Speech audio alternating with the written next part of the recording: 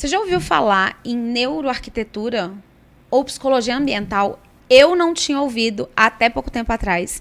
E por isso eu trouxe no Pod Psi de hoje uma arquiteta especialista em neuroambiental, neuroarquitetura e psicologia ambiental. Porque a gente tem falado para vocês aqui no canal sobre parcerias, sobre se conectar com outras áreas, né, de desenvolvimento, de ampliação do nosso trabalho. E vocês ficam sempre me perguntando assim, mas eu vou fazer parceria com quem? Gente, tem uma arquiteta aqui. Larissa, se apresenta, conta um pouquinho do que é neuroarquitetura, do que é psicologia ambiental. E a Larissa tem uns casos aqui para conversar que vai dar muito pano para manga, hein? Sim. Larissa, seja bem-vinda. Obrigada, Kelly. Eu sou a Larissa, eu sou Master em Neuro. E, assim, o que você falou sobre a multidisciplinaridade, sobre... Larissa, a direção tá dizendo que você tem que fazer assim com o microfone. Assim? É. Ah, tá. Isso. Tá certo? Tá. Tá. Porque a direção aqui manda mais. Mas A gente para. Tá maravilhoso, A gente é isso corta aí. a coleguinha, entendeu? Começa de Corte novo. seco, né? Tramontina. Corte rápido. Tá bom agora, né? Direção. Tá, ok? Então tá. Então, isso que você falou é uma coisa muito importante sobre a multidisciplinaridade, né? Porque a conexão com a arquitetura e a psicologia, cada dia está sendo muito mais ampla. Então, isso que me conectou com essa área, sabe? Eu acho que a arquitetura, ela tem com certeza, né? Ela tem um ponto a mais ali na vida das pessoas, muito além do que um espaço para habitar, para estar. E isso pode ser resolvido tanto na terapia e acho que em conjunto, né, com as duas áreas. Eu tenho muitos clientes que, na verdade, precisam de um encaminhamento para um terapeuta. Que, chegam pra gente com uma demanda que a gente vê que está sendo refletida pelo ambiente É muito natural, assim, sabe, Larissa, a gente pegar pacientes. Quando eles estão desorganizados internamente, você vê o reflexo disso no ambiente dele. Isso. Então, ele está desorganizado no ambiente dele com relação às pessoas. Ele está desorganizado no ambiente com relação ao espaço propriamente, com a bagunça. Ou com o excesso, arrumar demais. Ficar em casa demais, sair de casa demais. Então, a psique humana, ela está sempre muito conectada com o ambiente do sujeito. Sim. E a gente vê muito claramente, né, o que esse sujeito externa a partir do que ele tem internamente. Então, assim, essa relação da psicologia com a arquitetura vem sendo cada vez mais afinada, sabe? E trabalhando junto, as duas, assim, sabe, muito sucesso. Eu vou, inclusive, o que você estava falando, eu vou mostrar aqui no case que você falou, que realmente a nossa cliente, ela externalizou o sentimento que ela tinha interno dela, sabe? Então, terminando de me apresentar aqui, eu sou Larissa e a empresa é formada por mim e pelas minhas... Vocês podem colocar, gente, aí a imagem que eu trouxe aqui para as meninas serem representadas. Sim. E elas... Olha, que trio. A gente trabalha junto. Se eu tivesse nessa foto, eu com certeza também estaria no carrinho de mão. Não, você sabe, você viu, né? A que não é muito normal tá no carrinho de mão. Então, a gente trabalha em conjunto, trazendo essa questão da multidisciplinaridade.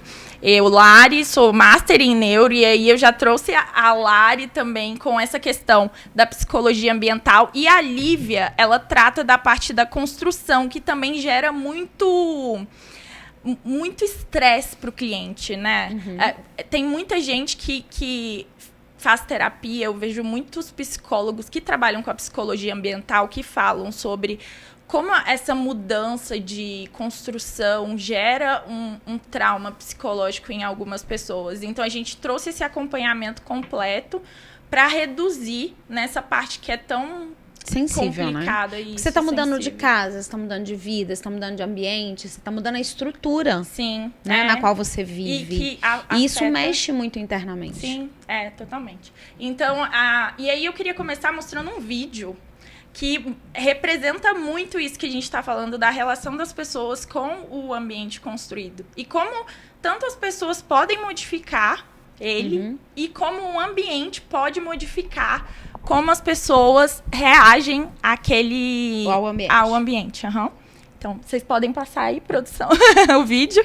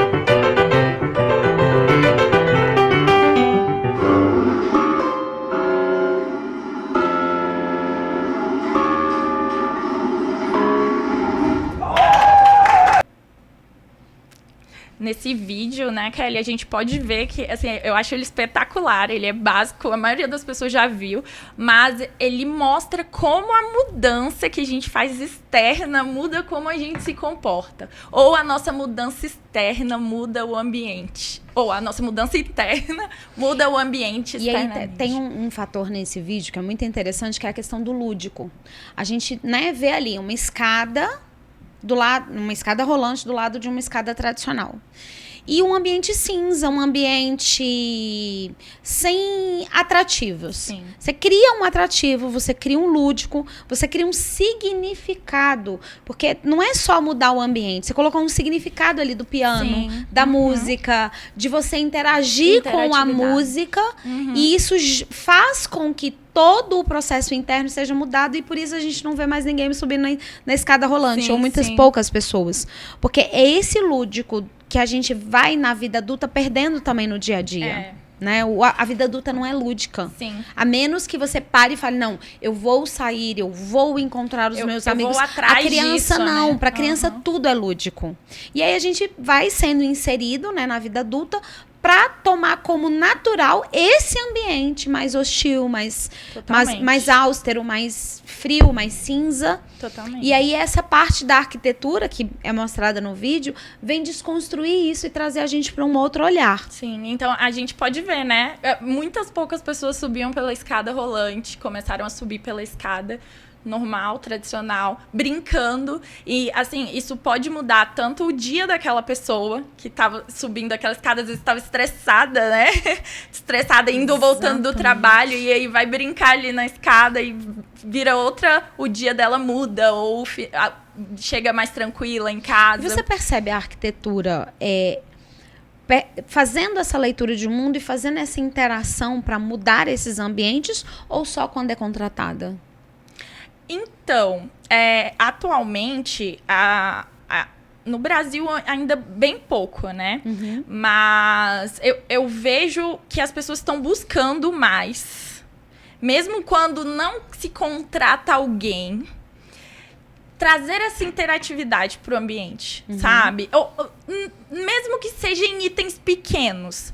Ou, como a gente fala muito na parte residencial, que eu vou mostrar agora. A identidade é muito importante. Então, a primeira questão é para quem você está construindo aquele ambiente. Aí você trouxe um caso, não foi? Foi, você vai compartilhar eu vou mostrar, com a gente uma história? Sim, acho que pode até começar a passar aí, produção, pra gente ir vendo. A primeira questão é como a gente pode utilizar a arquitetura muito além de um espaço para habitar, para trazer bem-estar para essas pessoas, que é o questionamento que está vindo sendo feito dentro do ramo da arquitetura.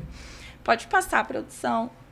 E aí, a gente desenvolveu um método na Laurium. Porque se eu te perguntar como é que, digamos que eu vou fazer lá a sua sala. Inclusive, Kelly tem eu tenho um voucher, ela tem um voucher de consultoria. De uma consultoria. Que ela ainda não utilizou. Ainda. Vai passar para as amigas, né? Tá aberto pra passar? Ela que escolhe. Palhaçada, já quer roubar meu voucher, gente. E aí, assim, a gente desenvolveu, porque se eu chegar pra Kelly e perguntar como é que ela quer a sala dela, ela não vai saber me dizer. Mas eu também não sei dizer como a Kelly quer a sala dela. Eu preciso descobrir isso. Eu tô aqui pra te guiar ao encontro daquele ambiente que você sonha em ter, sabe? Sim. Então, como em palavras às vezes é muito difícil da gente explicar, a gente desenvolveu um joguinho que ele é uma montagem de cartas. Então, a gente separa em ambientes um painel que fica colado na nossa sala, que a gente fica olhando aquele painel sempre para projetar. E aí a gente personaliza. Essa cliente, inclusive, dá pra ver ali que ela gostava de jogos. Então tinha geek, tinha bebida, confraternização, arte, que legal. Então aqui natureza. Ela vai colocando o que ela gosta. Isso, bem e lúdico. Aqui as cores que agrada. Isso, Legal. Então, assim, é uma forma, como você falou, de uma forma lúdica, a gente vai extraindo... Ela gosta bastante de plantas. Gosta. A gente vai extraindo dessa pessoa o que lá no inconsciente dela, sabe, faz com que ela se sinta bem. E aí, isso também tá muito relacionado às memórias de infância.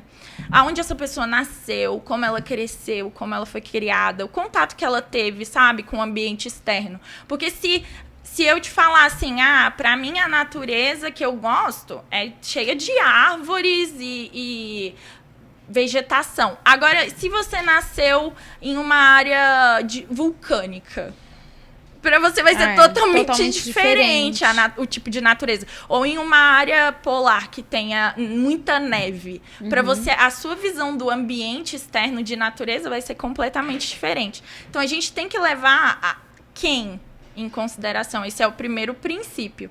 E aí, pode passar a produção para mostrar um pouquinho mais do resultado. E aí, fazendo esse trabalho, a gente chega em algumas... esse é o resultado daquele... Isso, daqueles se fosse, assim, testes. Um extrato de tudo que vocês viram ali. Isso. E aí, a gente traz... A gente também faz teste de arquétipo, de personalidade...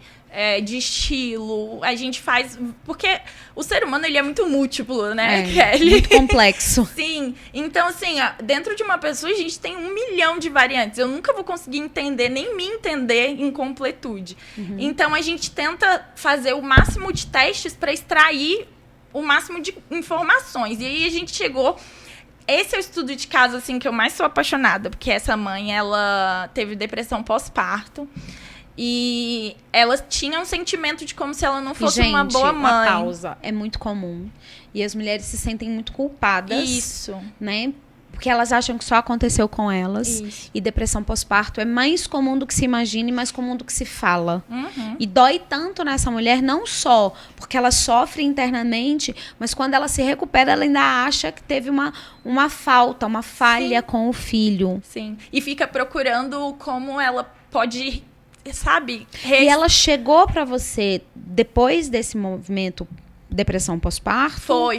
O filho dela já tá com 6 anos. Sim. Só que aí ela, depois da depressão pós-parto, já veio outra neném. E aí o que aconteceu foi que ela teve que reformular o espaço para receber a neném e mudar o filho de lugar. Então, ela acabou transferindo o filho pro quartinho que era o escritório, para poder receber a neném.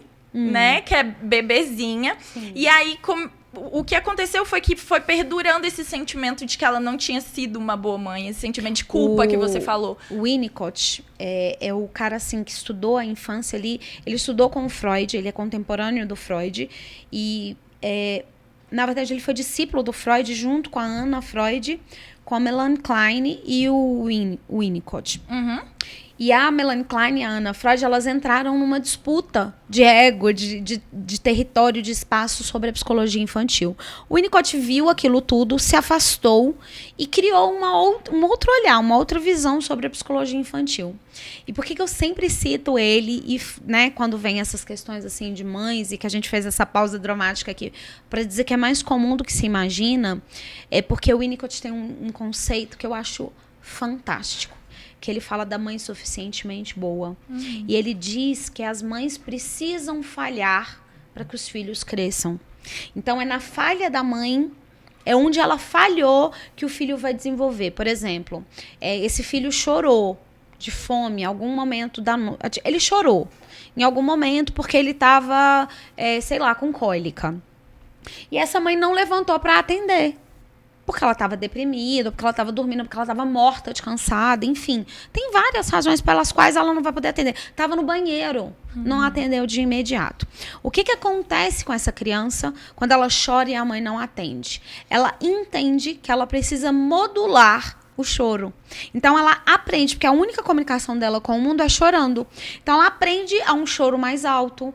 Ela aprende a modular a partir do momento que a mãe não está pronta para atender. Sim. E essa mãe não pode estar pronta para atender, porque senão essa criança não se desenvolve. Sim. A mãe não vai abandonar o filho, mas ela também não pode atender de pronto as demandas da criança para que ele não crie dentro dele uma forma de ele dizer para ela que ele tem uma necessidade. Sim. E assim é na vida. Então, a gente vai aprendendo, né, a lidar com o ambiente a partir dessas falhas. Sim. Primeiro dos nossos pais, depois dos nossos pares, depois dos nossos superiores, enfim. A gente vai lidando com isso e com isso a gente vai crescendo. Sim. Porque eu acho importante a gente falar isso, porque isso é um tema muito sensível. Você está trazendo um estudo de caso Pra gente também já colocar aqui, né, dessa parte de como a gente cuida desse emocional dessa mãe também, que ela tem permissão pra falhar. Sim. Porque parece que se tornou mãe, ela não tem mais permissão pra falhar. Sim, E não é verdade. Então o Winnicott traz esse conceito, eu sou agarrada a ele, assim, de todo o meu coração. Porque eu acho que as mães precisam saber disso.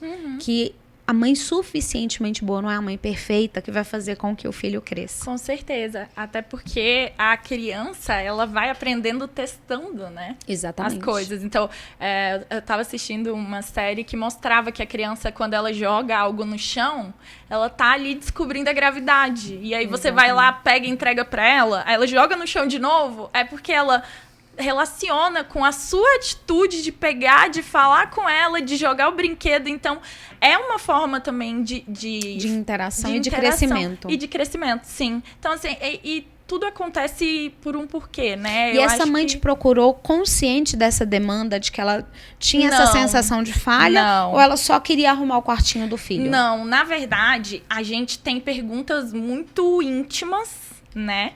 E aí a gente descobriu, a partir desse nosso briefing que a gente faz, a gente descobriu nesse momento que ela tinha isso. Que, na verdade, ela partiu dessa necessidade de, sabe, tirar essa culpa de dentro dela, trazendo essa vontade de reformar o quartinho do filho. Então, foi a forma que ela encontrou de apagar essa culpa, de tirar nesse processo, a criança participou? Não. Só a mãe. Certo. E aí, mas o engraçado é que ela chorou no momento em que a gente fez as perguntas, porque a gente faz perguntas como, se você pudesse voltar atrás, qual o momento que você escolheria para voltar no tempo, sabe? Ou então, se você pudesse fugir para algum lugar, teria algum lugar que você fugiria, que seria o seu porto seguro? E aí, numa dessas perguntas, ela chorou, e aí a gente descobriu que ela teve depressão pós-parto, e aí tudo fez sentido, né? Essa reformulação emocional que está se exteriorizando no ambiente. E aí pode passar aí, produção, para eu mostrar. Então, esse é o antes do quartinho, sabe? A gente pode perceber que se exteriorizou. Já tinha ali uma coisa do super-herói, que era forte, né? Sim.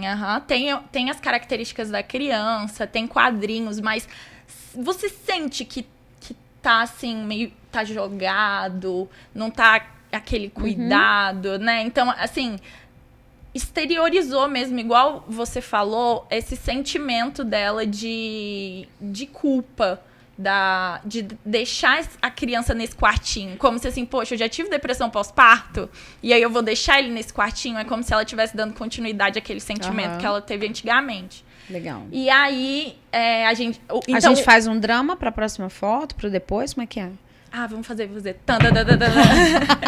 Então, assim, a gente percebeu que não era só porque o quartinho não era o suficiente pra ele. Era porque esse sentimento ainda existia nela. Certo. Né? E aí pode passar. E aí esse é o projeto que a gente tá começando a executar agora. Então, segue a gente aí. A Kelly vai passar o nosso Instagram depois pra ver pronto.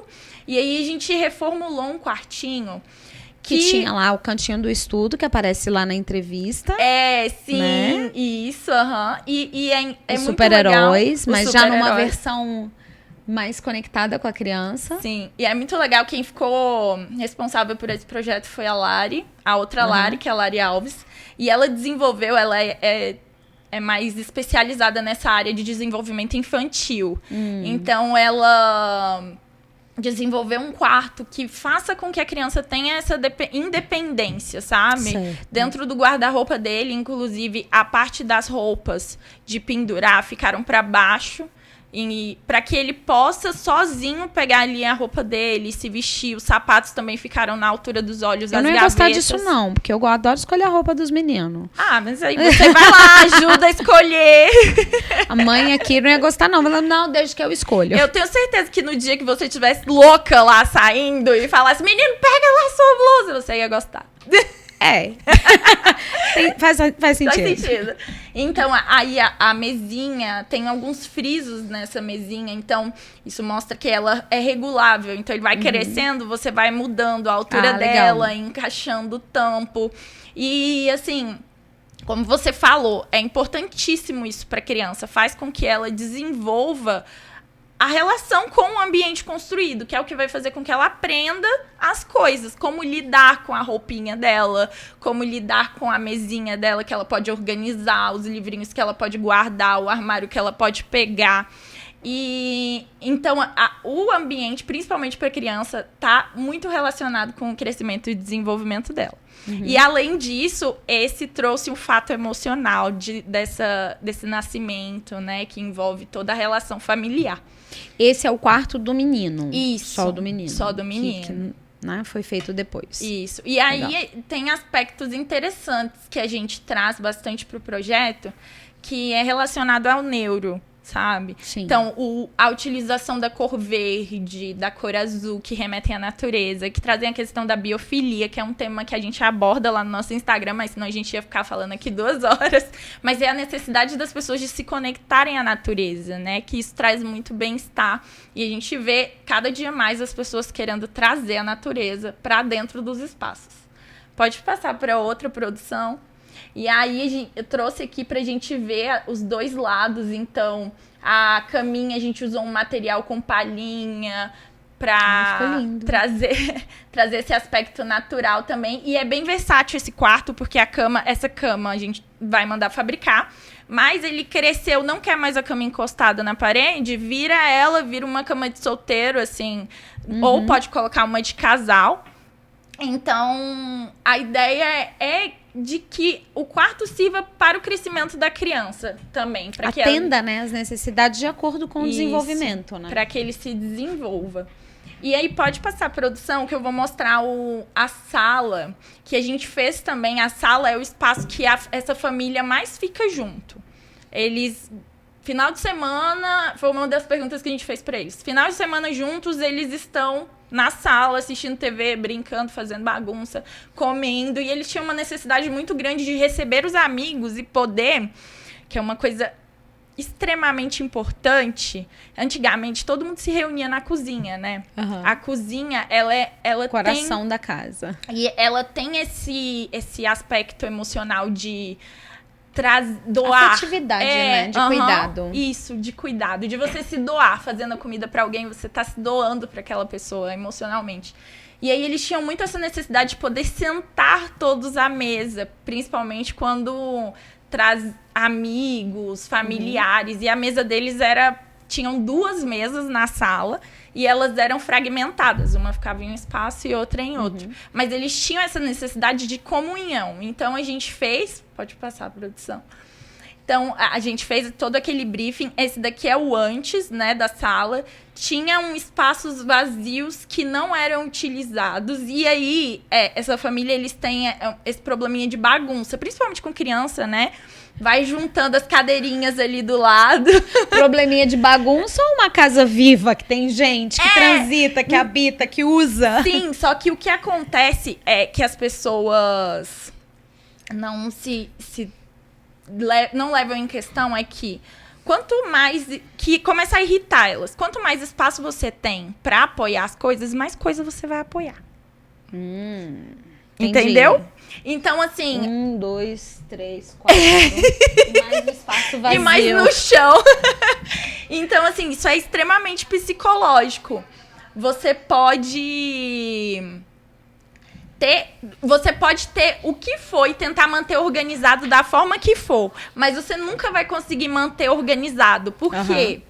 Porque vão ter espaço sempre ali pra apoiar. E às vezes, do nada, sem se tocar, você vai pegar e vai botar a bolsa ali em cima. E aí você vai irritar o seu marido, a sua esposa, porque você deixou a bolsa ali, jogada. Então, assim, e esse espaço, ele não era utilizado.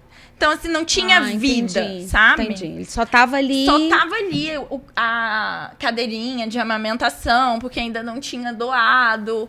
E o que eu falei do armazenamento é porque esse espaço, você vai ver o que a gente fez, cabe uma coisa muito legal para poder guardar as cadeirinhas de bebê ou algo que eu vou mostrar como a gente fez. Pode passar. Então, esse foi o projeto. A gente criou um espaço de armazenamento que eles podem utilizar para guardar as cadeirinhas. Porque aí, Kelly, você chega assim com a sua bolsa, a bolsa da criança foi pra natação. Aí você chega com a bolsa, você precisa apanhar em algum lugar. Mas você pega, abre a porta e joga lá dentro. Você vai ver a bagunça? Não. Então pronto, entendeu? Continua ali. E o americano tem muito isso, né? Ele tem um hall ali onde ele já dispensa tudo que vai tirando e depois ele termina de chegar em casa. Isso. Então, e essa família... não é muito comum aqui, porque a gente não usa casaco pesado, neve, chuva, pra deixar num espaço onde não traga pra dentro da casa. E essa família tem esse hábito. Só que tava mal reformulado, porque eles estavam usando o sofá, a mesinha pra colocar as coisas, não foi um ambiente planejado, né? Isso. E quando a gente planeja, até emocionalmente, né? Eu me planejo emocionalmente para levar os meus filhos na natação. Então, eu vou ver horário, eu vou ver quem vai, quem leva, qual é a roupa que coloca. Todo esse planejamento, ele facilita para a execução, mas ele também facilita para todas as outras coisas que virão. Sim. Então, emocionalmente, quando a gente pensa em espaço planejado, parece que é só para ficar bonito, parece que é só para receber os amigos e ter uma casa parecida com a da Casa Cor. E, na verdade, é muito mais sobre utilização inteligente do espaço. Sim. Né? E não só a utilização inteligente, mas que a vida da gente caiba nesse espaço. Totalmente, Kelly. E é por isso que a gente fala sobre a personalização e por isso que a gente faz esse briefing tão extenso. Um dos outros cases do escritório é um cliente que tem uma mesa de ping-pong dentro do apartamento. E assim, a gente demoliu 3 banheiros para colocar a mesa de ping-pong... Não, 2 banheiros. Para colocar a mesa de ping-pong dele. Aí alguém vai virar e vai falar, meu Deus, mas como você vai vender esse apartamento depois? Mundo que lute, eu vou usar ele do jeito que me agrada. Isso, porque você vai viver uma vida pra sempre pensando em vender. Pensando em quem vai comprar ou em como você pode utilizar da melhor forma aquilo que você tem, né? Exatamente. E aí, então, esse apartamento foi feito... Eu tenho esse hábito com carro, não me interessa quem vai comprar, entendeu? Interessa como eu vou usar. Sim. E aí assim, os meus carros, até quando eu tinha carro, até 2019, quando eu tinha carro, as pessoas falam, mas vai perder. Cara, eu vou usar. É isso. Eu não vou guardar pra vender, eu vou usar esse carro. Fim. Sim, porque a gente sempre tá pensando no depois, enquanto... E a vida é agora. E a vida é agora. Então, a gente trouxe essa mesa que vai fazer com que eles tenham esse espaço pra confraternizar todo mundo junto. E eu vi que tem a bancada, que essa bancada aqui parece que é da cozinha, né? Já a outra bancada aqui, mais ou menos. Cabe umas 23 pessoas. Mas Adorei. É porque eles gostam muito de cozinhar. Dá pra ver que eles são bem afetivos. Eles gostam de estar com a família. Então, eles pediram pra manter essas banquetinhas aí. Pode passar a produção pra mostrar outra parte. E aí, esse é o antes do outro lado, né? Então, a gente pode ver que quanto mais espaço para apoiar, mais coisas apoiaremos, né? E mais estressante vai ficar. Não é que o espaço não tenha vida, mas é que, assim, começa a ficar, principalmente funcional. Com criança, Então, assim, poxa, não tem o lugar de guardar direitinho as cadeirinhas, sabe? Brincou, não deixa ali no canto. Não, a gente fez um espacinho do lado, que serve como uma brinquedoteca, aí tudo fica lá. Sabe? Então, é essa questão do planejamento mesmo. Porque quando o espaço não está planejado para você que vai utilizar, ele fica com essa cara de bagunçado. Entendi. E aí pode passar.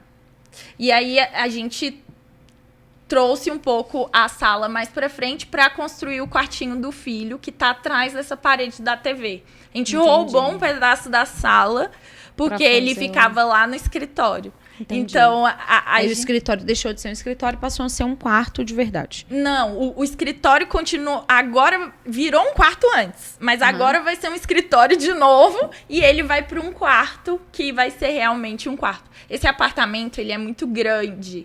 Eles tinham demolido essa parede para tirar o quarto e ampliar a sala. Entendi. Só que aí a sala ficou sem... Eles acharam sem aconchego, sabe? Muito grande, todo mundo ficava muito longe. Certo. E eles precisam dessa afetividade, dessa proximidade. E tinha uma outra questão também. A outra filha, que é bem psicológico, a outra filha tem um quarto maior.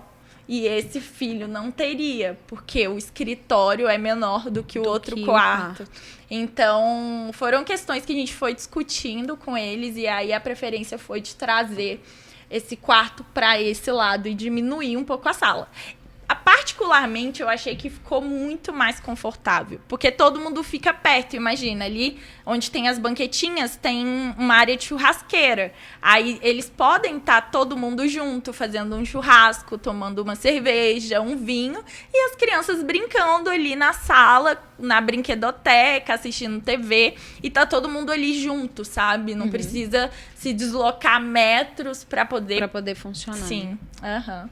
E esse caso é o que mais me toca, sabe? Como a arquitetura, ela pode ir muito além de ser bonita. Porque, você olha assim, nossa, tá bonito, tá tudo harmonioso, sim. É que é o que as pessoas às vezes não conseguem fazer.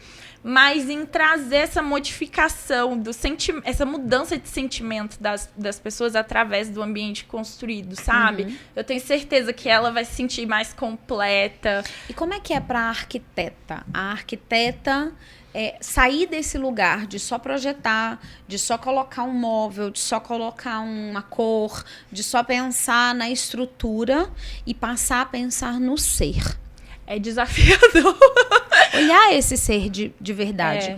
Porque desafiador. Aqui no canal, Lari, a gente fala muito de estratégia, de parceria. A gente traz muita psicologia, porque assim, a psicologia, ela ficou tão fechadinha lá no mundinho dela que ela foi perdendo espaço. Ela foi perdendo espaço pro coach, ela foi perdendo espaço pro psicopedagogo, ela foi perdendo espaços, não porque ela não tem a competência, mas porque ela abriu mão de preencher esses espaços. E eu não estou dizendo que tá errado, muito pelo contrário, de as profissões se fundirem, se intercalarem naquilo que traz bem-estar de maneira geral para as pessoas, né? Então, assim, se eu vou construir a minha casa, é óbvio que eu vou contratar um arquiteto, um engenheiro. É natural.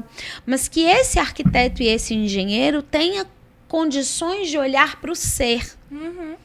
Porque se o cliente, né, seu cliente de arquitetura não chega ali pronto, porque ele não faz terapia, porque ele não está trabalhando isso, porque ele não está lidando com isso, que você, enquanto profissional, ou tenha parceiros, que é o que a gente fala muito aqui, certeza, de como a psicologia saiu desse lugar de estar em parceria com o arquiteto, com o engenheiro, com o contador, com outros psicólogos, com o neuro, com toda a parte que vai dar apoio e suporte, de maneira que a gente fica limitado. Sim.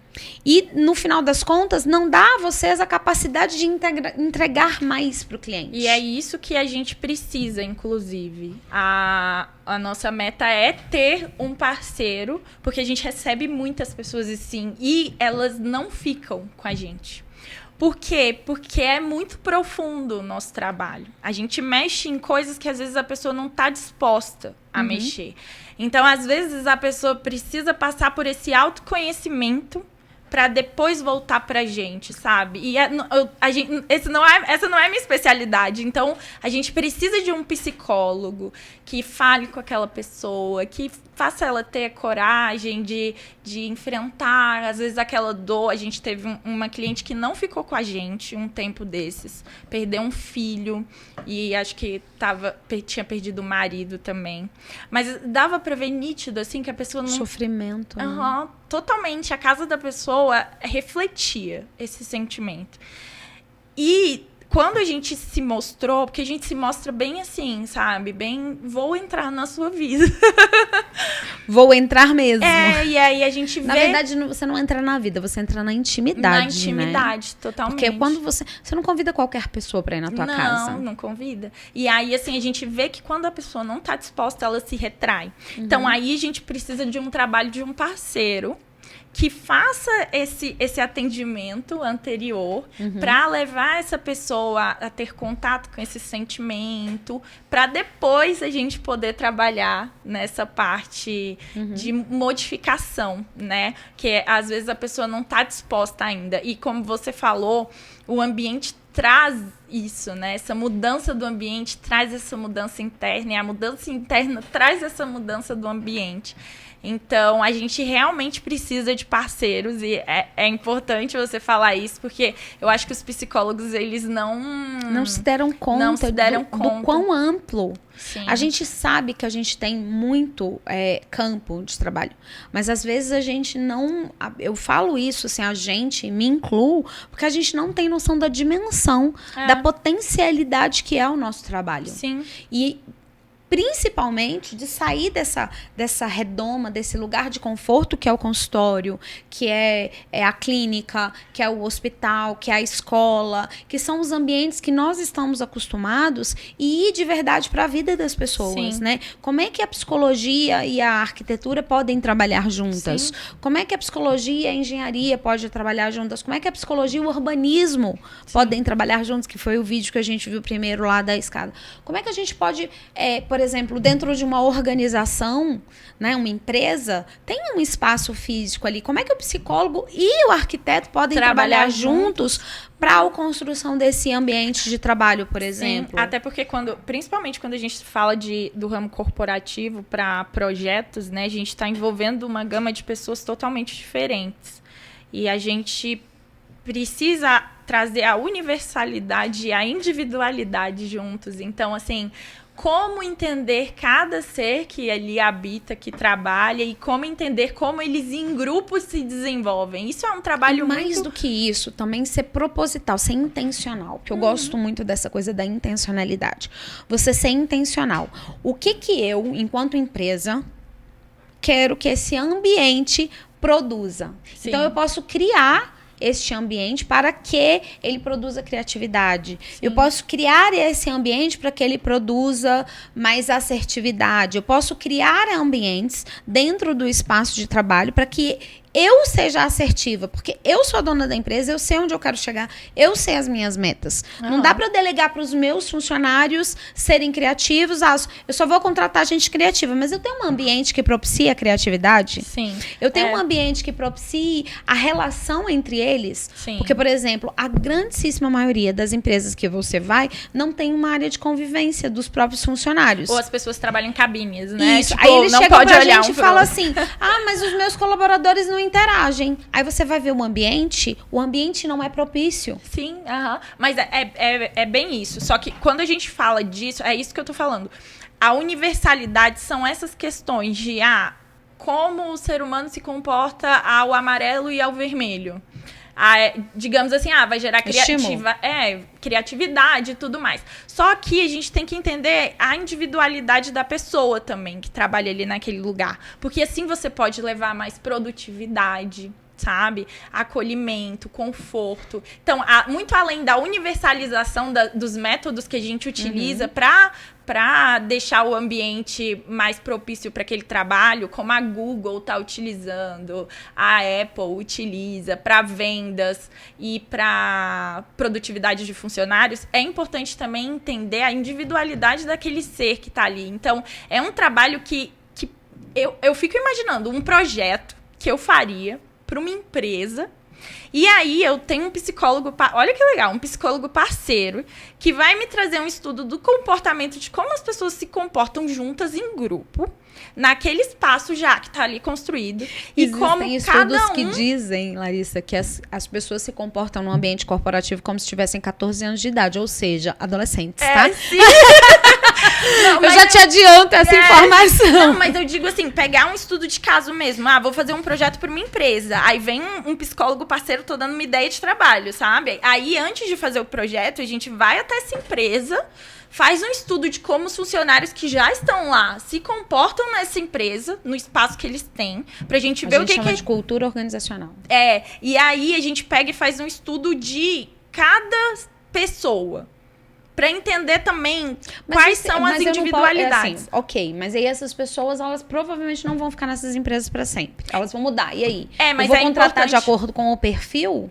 Como é que vai ser? Como é que seria mas é isso? importante entender.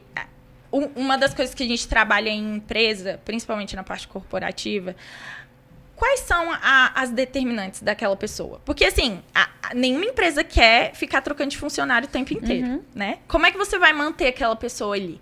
Entendi. Você precisa entender qual é o sonho dela, o que ela busca.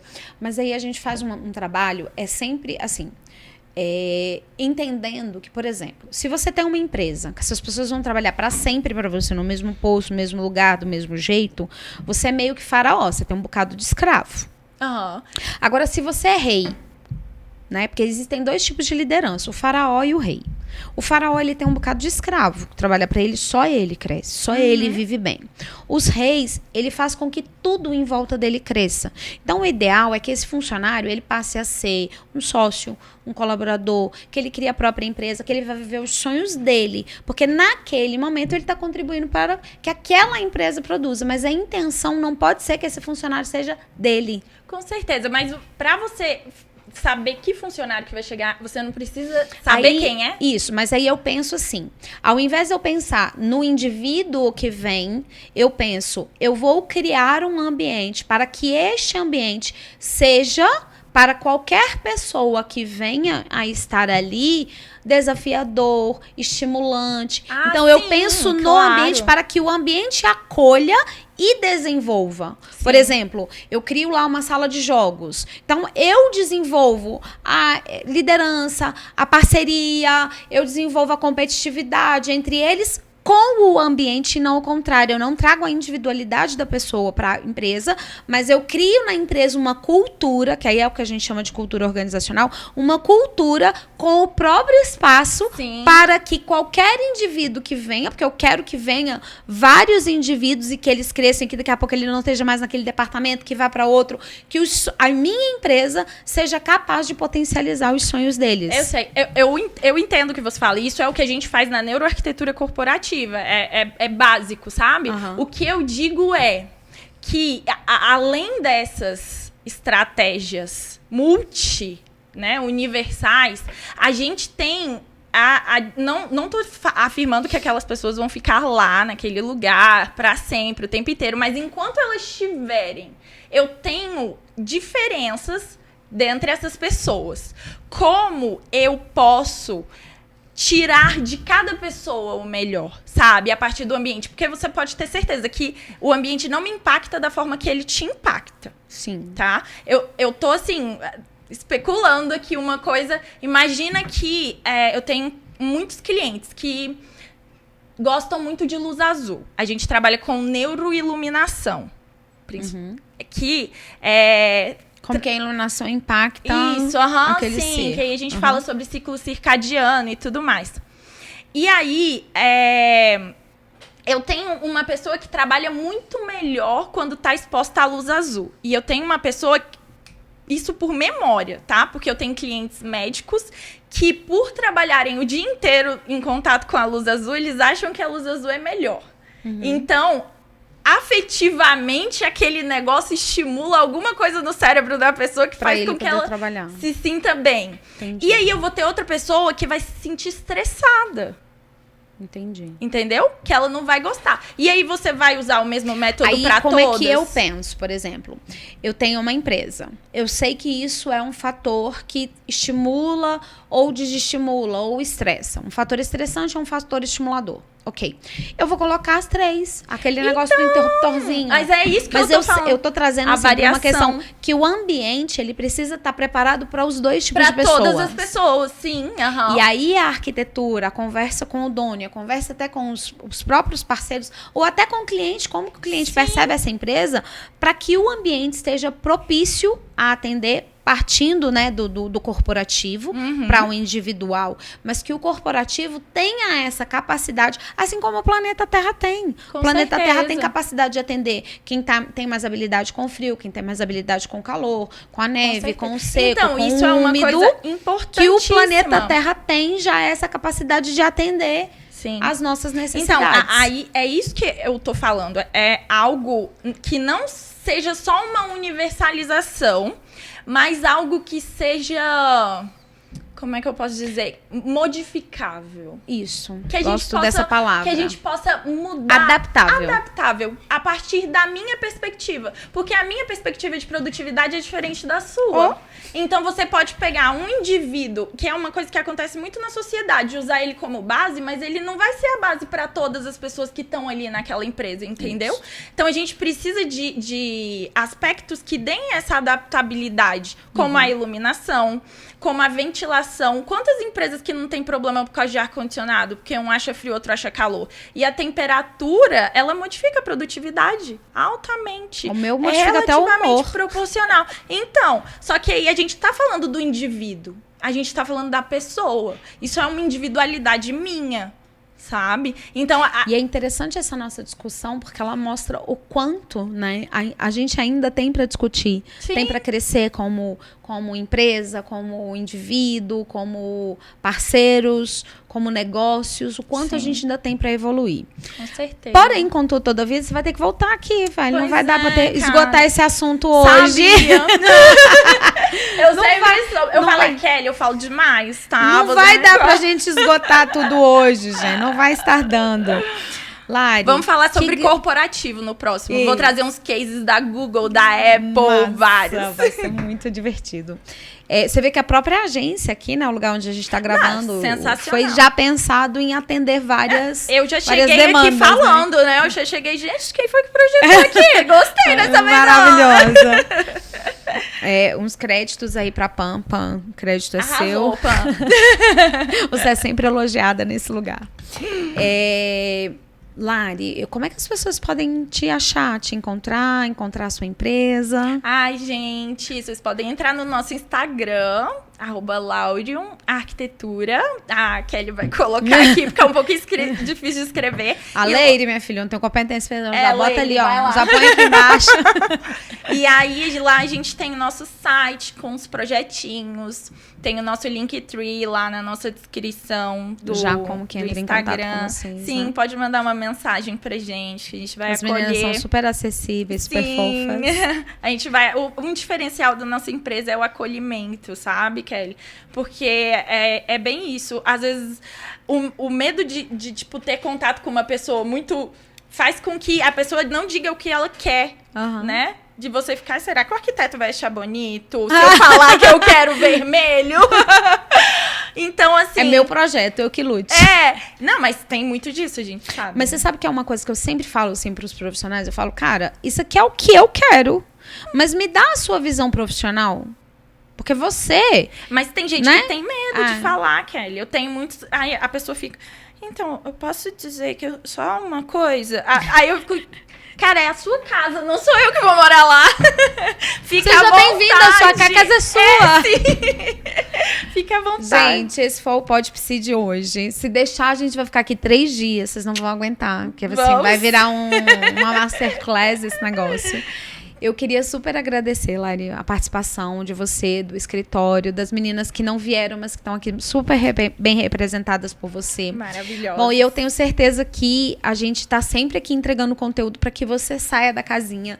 Pensa aí quais são os arquitetos que você tem conversado, que você tem, né, enquanto psicólogo mesmo, conversado, trocado uma ideia. Eu mesma não sabia da neuroarquitetura, por exemplo. Já manda um direct pra gente fazer parceria, né, Kelly? Eu tenho uma arquiteta dentro de casa, eu não sabia que isso existia, gente. Pois é. E a minha filha, né, ainda recém-formada e tal, eu ainda não sabia que isso existia, mesmo como psicóloga e como mãe de uma arquiteta. Mas, assim, se você fez sentido pra você de alguma forma esse vídeo, se você assistiu até o final, adorou a Lari como eu, já curte, né, gente? Porque a gente fica aqui gravando esses vídeos pra você, já merece um joinha, pelo menos, né? Por favor. E já compartilha com alguém que precisa sair dessa redoma, dessa casinha, dessa coisa rígida de só pode ser assim, só pode ser... A psicologia só pode ser no meu consultório. A psicologia é o mundo, é o tempo todo. E seja na arquitetura, na medicina... É a vida, né, Kelly? Tudo. A gente tá sempre disposto a ampliar o nosso olhar e levar o nosso conhecimento. A gente tem percebido que cada vez mais a gente está nesse lugarzinho, né? De tipo, a psicologia é minha, a psicologia é do mundo. Façam aí as parcerias. Manda esse vídeo para alguém que precisa fazer uma parceria. Esse foi o Pod Psi de hoje. A gente se vê no próximo episódio.